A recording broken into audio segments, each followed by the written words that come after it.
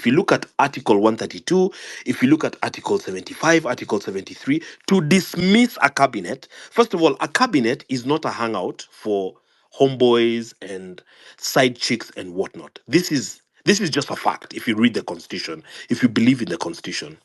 And so, for someone like this that has now reverted to raiding the opposition, riding around on rooftops, the only thing these guys will understand, and this is the challenge now to us, which is a very achievable challenge, is for nanenane, let us, as we build towards Million Man March, let us target to get 800,000 people on the street.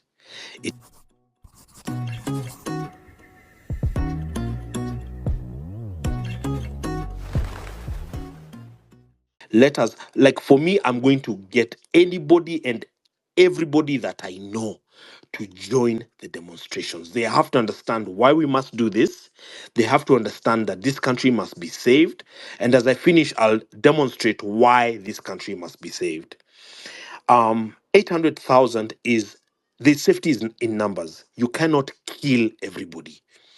In fact, I dare say, and I'm sure they're listening, that day for State House, a lot of calls were made and a lot of people were called. And I was called. I was called.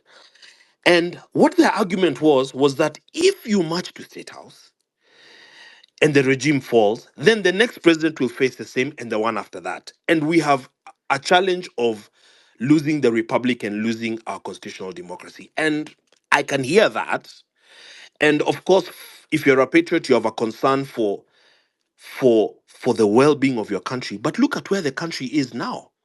Look at where the country is now. So if we can mobilize 800,000, because what these guys have done is they've regrouped quickly, they're mobilizing goons, they're abusing Gen Z and us again. The president, as we speak now, is in a town hall in Mombasa telling lies. There's only one language a bully understands. And so Casmuel and the rest, if we get 800,000 people in the street, we don't have that. They will have to mobilize the Air Force and bomb us and let them do that. Having said that, let me just highlight one thing and then I can close. The US government has written to State House on Friday. The letter is all over the place. It was in the form of a phone call, which then, of course, has to be typed out because the phone call is listened to by the CIA, etc., etc. It's very annoying that from the very start of these demonstrations, I personally tweeted Meg Whitman, and I've been talking to a lot of these guys before when we did governance work in the embassy, asking them to ask Ruto to stop shooting unarmed citizens. So now they've put it in writing. Uh, just to quote that, the president must hear the voice of civil society, must respect the contribution of patriots. But it just saddens me so much that we call out something on January 23rd, 24th, June 23rd, 24th, and it's until July 27th that you're putting it into writing when they've shot people in the head, when they're kidnapping citizens in broad daylight.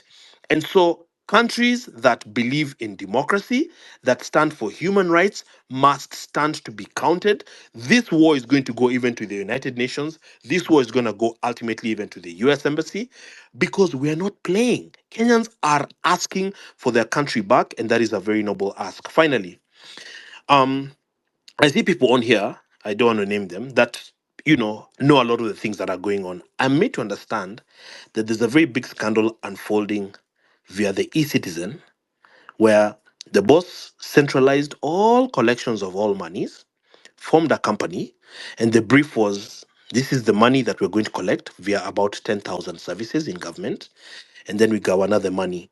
The concern for me is of every 10 shillings collected, 7 goes to debt, and then 3 to development. And we know that there's a lot of theft going on. So my question is where is the money? This money being stolen, because I saw a British Prime Minister saying, and I quote, that if the United Kingdom had been subjected to the level of looting that a country like Kenya has been subjected to, the country of the United Kingdom would cease to exist.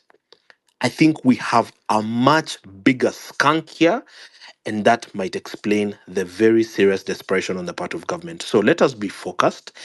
Let us not do small demonstrations. I don't believe in those small numbers things. Let's do 800K.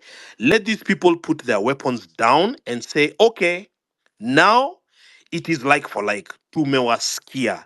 Now we must go by how you guys are saying under Article 1.1. That is, if we don't feel we're hitting that target, let us not then go to the street. That's unpopular to say, but this thing of a flurry of guys here, 37 guys here, 140 guys on this side, etc. Let us consolidate 800,000 people in Nairobi. Let us march to KICC and fill it and Uhuru Park, and we stay there. God bless Kenya. Thank you very much indeed.